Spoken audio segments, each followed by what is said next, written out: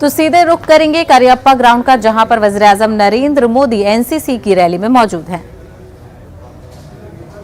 न भटकने देती है।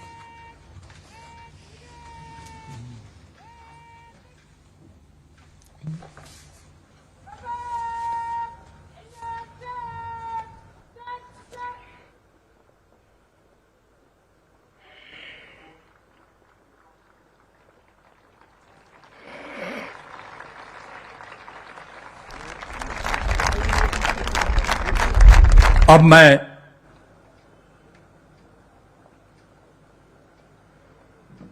युवा शक्ति के अगले चरण में माननीय प्रधानमंत्री श्री नरेंद्र मोदी से अनुरोध करता हूं कि वे कृपया इस भव्य परेड को संबोधित करें। माननीय प्रधानमंत्री महोदय।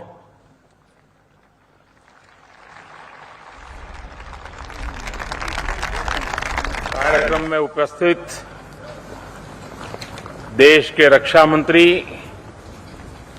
श्रीमान राजनाथ सिंह जी,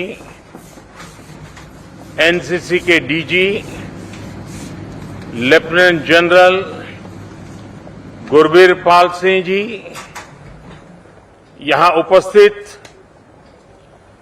सभी महानुभाव, अधिकारीगण, गणतंत्र दिवस की परेड में हिस्सा लेने वाले कलाकार, एनएसएस, एनसीसी के साथियों, इस समय देश अपनी आजादी का अमृत महोत्सव मना रहा है। और जब एक युवा देश इस तरह के किसी ऐतिहासिक अवसर का साक्षी बनता है,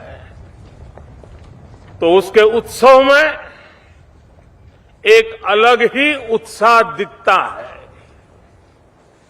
यही उत्साह मैं अभी करियप्पा ग्राउंड में भी देख रहा था। ये भारत की उस युवा शक्ति के दर्शन है जो हमारे संकल्पों को पूरा करेगी, जो 2047 में जब देश आजादी के 100 साल पूर्ण करेगा, 2047 के भव्य भारत का निर्माण करेंगी। मुझे गर्व है कि मैं भी कभी आप ही की तरह एनसीसी का सक्रिय कैडेट रहा हूं।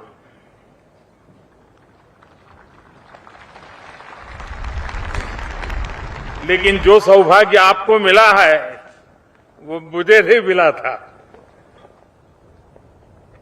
मुझे एनसीसी में जो ट्रेनिंग मिली, जो जानने सीखने का अवसर मिला, आज देश के प्रति अपनी जिम्मेदारियों के निर्वहन में मुझे उन संस्कारों से, उस ट्रेनिंग से असीम ताकत मिलती है। अभी कुछ ही समय पहले मुझे एनसीसी एलुमनाई का कार्ड भी मिला था। आज देश के प्रधानमंत्री के साथ साथ मैं उस नाते भी आपका साथी हूं, आपसे जुड़ा हूं। मैं एनसीसी के सभी पदाधिकारियों को और सभी फेलो कैडेट्स को इस अवसर पर सैल्यूट करता हूं। आज जिन कैडेट्स को पुरस्कार मिला है, उन्हें भी मैं अपनी हार्दिक शुभकामनाएं देता हूं। आज महान स्वतंत्रता सेनानी, पंजाब केसरी लाला लाजपत राय जी की जयंती भी है। आज ही फील्ड मार्शल करियप्पा की भी जयंती है।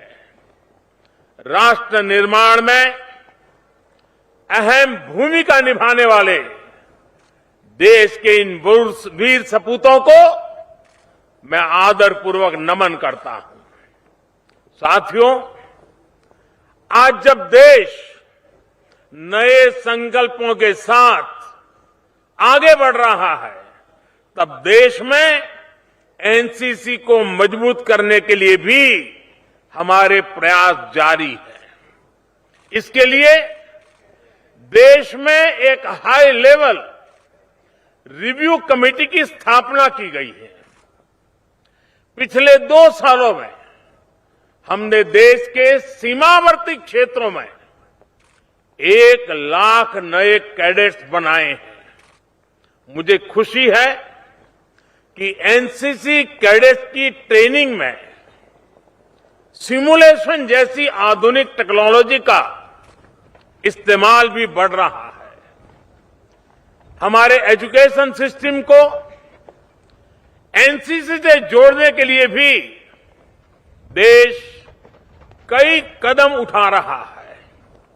पूरी तरह से सेल्फ फाइनेंसिंग स्कीम के तहत 1 लाख कैडेट्स का विस्तार देश की कॉलेजों में किया गया है। 1 लाख कैडेट्स को लेकर यही प्रयास अब स्कूलों में भी शुरू किया गया है। नई राष्ट्रीय शिक्षा नीति के तहत देश की 90 यूनिवर्सिटीज ने एनसीसी को इलेक्टिव सब्जेक्ट के रूप में भी शुरू किया है।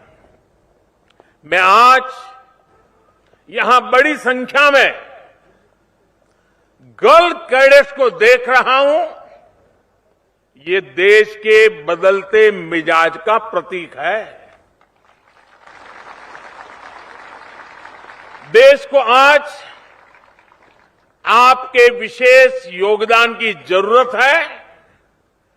देश में आपके लिए आज अपार अवसर मौजूद है।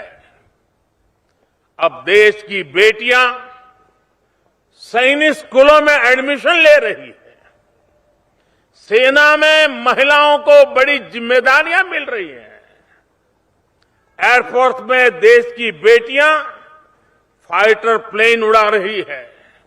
ऐसे में हमारा प्रयास होना चाहिए कि एनसीसी में भी ज्यादा से ज्यादा बेटियां शामिल हो।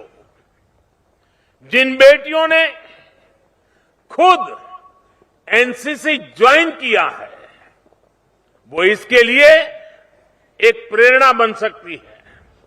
साथियों, देश के प्रसिद्ध कवि माखनलाल जी चतुर्वेदी की एक कविता, और उस कविता की पंक्तियों में उन्होंने कहा, भूखंड बिछा, भूखंड बिछा आकाश ओढ़, नए नोदक ले, मोदक प्रहार, ब्रह्मांड हथेली पर उछाल, अपने जीवन धन को निहार। ये पंक्तियां सामर्थ्य की पराकाष्ठा का वर्णन करती है। शक्ति ऐसी हो कि भूखंड को बिछा सके, आकाश को ओढ़ सके, ब्रह्मांड को हथेली पर उछाल सके। ताकत ऐसी हो कि कठिन से कठिन परिस्थिति का भी हंसकर, डटकर मुकाबला कर सके। आज मां भारती भारत के युवाओं से यही आह्वान कर रही है, भूखंड बिछा, आकाश ओढ़, नए नोदक ले, मोदक प्रहार, ब्रह्मांड हथेली पर उछाल, अपने जीवन धन को निहार। आने वाले 25 साल का अमृतकाल देशभक्ति के ज्वार का है।